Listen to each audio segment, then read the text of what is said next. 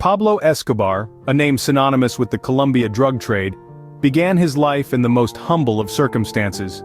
Born in the small town of Rio Negro, Colombia, young Pablo knew the sting of poverty all too well. His family, like many others in the region, struggled to make ends meet. Life was tough, and Escobar was no stranger to hardship. In these early years, Pablo's journey into the world of crime began with little more than petty theft. Pocketing what he could, when he could, this was a far cry from the empire he would later build. But as he grew older, his ambitions grew bolder. Stealing cars and smuggling contraband cigarettes, Escobar's crimes escalated in scale and severity. These were the modest beginnings of a man who would later cast an ominous shadow over his homeland. From these humble beginnings, Escobar was set on a path that would lead him to become one of the most notorious criminals in history. Escobar's rise to power was as rapid as it was ruthless. Pablo Escobar, the son of a farmer and a schoolteacher, first dipped his toes into the underworld through petty crime. But it was his entry into the drug trade that set him on a path to infamy. Escobar saw opportunity in the burgeoning demand for cocaine in the United States during the 1970s. He established a formidable smuggling network, transporting cocaine hidden in old plane tires, and later in specially built submarines. The operation grew, and so did Escobar's ambition. He brought together disparate drug traffickers and formed the Medellin cartel. This wasn't just a gang, it was a well-oiled machine, a corporate empire of crime. At its peak, the Medellin cartel controlled over 80% of the cocaine shipped to the United States. That's 4 out of every 5 lines of cocaine snorted in America, courtesy of Escobar and his cartel. Escobar's wealth grew at an astonishing rate. From smuggling electronics to running a billion-dollar drug empire, his net worth catapulted to an estimated $30 billion, making him one of the wealthiest men in the world. He owned palatial estates, private zoos, and even a fleet of submarines. He was known to say, "I supply more heroin, cocaine, and marijuana than anyone else in the world. I have a fleet of submarines, airplanes, trucks, and boats." But Escobar's power wasn't solely financial. He wielded immense influence, often resorting to bribery, intimidation, or worse to get his way. He cultivated a Robin Hood image among the poor in Colombia, building houses and soccer fields. Yet, he was ruthless, responsible for countless murders and the destabilization of the Colombian government. At the height of his power, Escobar was more than a drug lord. He was a symbol of fear and influence. His story serves as a chilling reminder of the dark side of ambition and the destructive power of unchecked greed. Escobar's reign was not devoid of bloodshed. The name Pablo Escobar became synonymous with fear and terror, as his ruthless tactics in maintaining power left a bloody trail in his wake. The Medellin cartel under his command was a well-oiled machine that dealt not only in narcotics but also in violence. Imagine a city under siege, not by a foreign military power, but by one of its own. This was the reality of Medellin during Escobar's reign. Bombings became a common occurrence, striking fear into the hearts of the populace. These were not random acts of violence, but calculated moves designed to send a clear message. Pablo Escobar was not a man to be trifled with. But it wasn't just the bombings. Assassinations were another tool in Escobar's terrifying arsenal.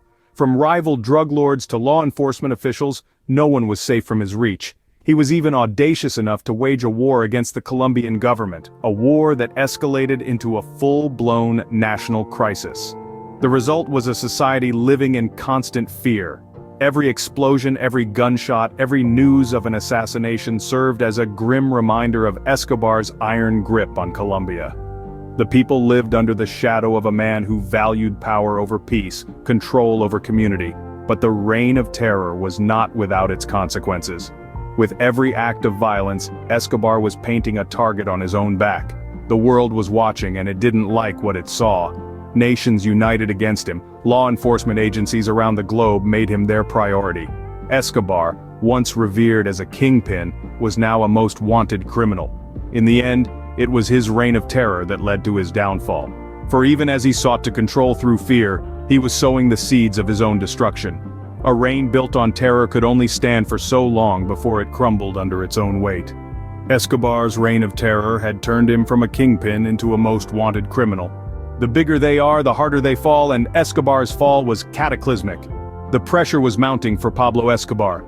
The world was closing in on him, and the walls of his empire were crumbling. The constant hounding from law enforcement was unrelenting. He was always looking over his shoulder, always on the run, always one step ahead of being captured. but the relentless pursuit was taking its toll. Then came the formation of the Search Block, an elite task force specifically created to hunt him down. This was a game changer. The Search Block was relentless, unwavering, and they had one goal: to end Escobar's reign of terror. It was a constant, nerve-wracking cat-and-mouse game. For the first time, Escobar was not just the hunter, but also the hunted. But it wasn't just from the outside that Escobar was feeling the pressure. Within his own organization, the Medellin cartel, cracks were beginning to show. Betrayals were becoming more frequent. Loyalties were shifting. The once untouchable Escobar was becoming increasingly isolated. His empire was imploding from the inside out. And then, the end came. On a fateful day in December 1993, the law caught up with Escobar. In a dramatic rooftop shootout, the infamous drug lord was gunned down. The reign of the king of cocaine was over. The once mighty Pablo Escobar, the man who had ruled with an iron fist, the man who had created an empire built on fear and violence, was no more. His downfall was as dramatic as his rise. It was a cataclysmic end to a reign that had held an entire country in its grip.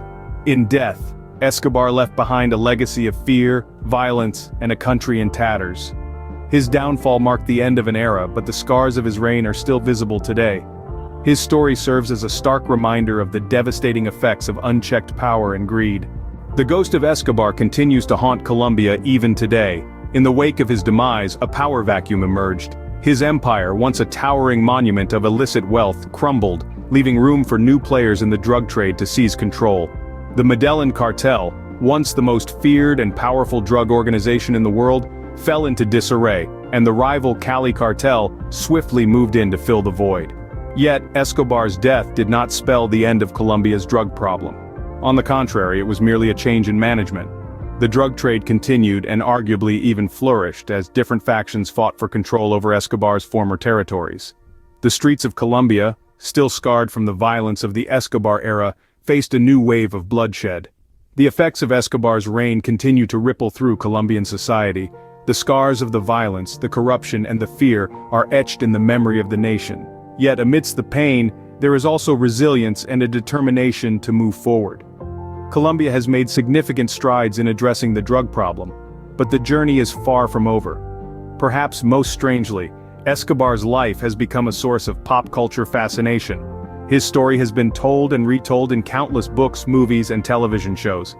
Netflix's Narcos is perhaps the most famous example. This fascination, however, is not without controversy. Many Colombians feel that these portrayals glamorize a man who brought so much suffering to their country.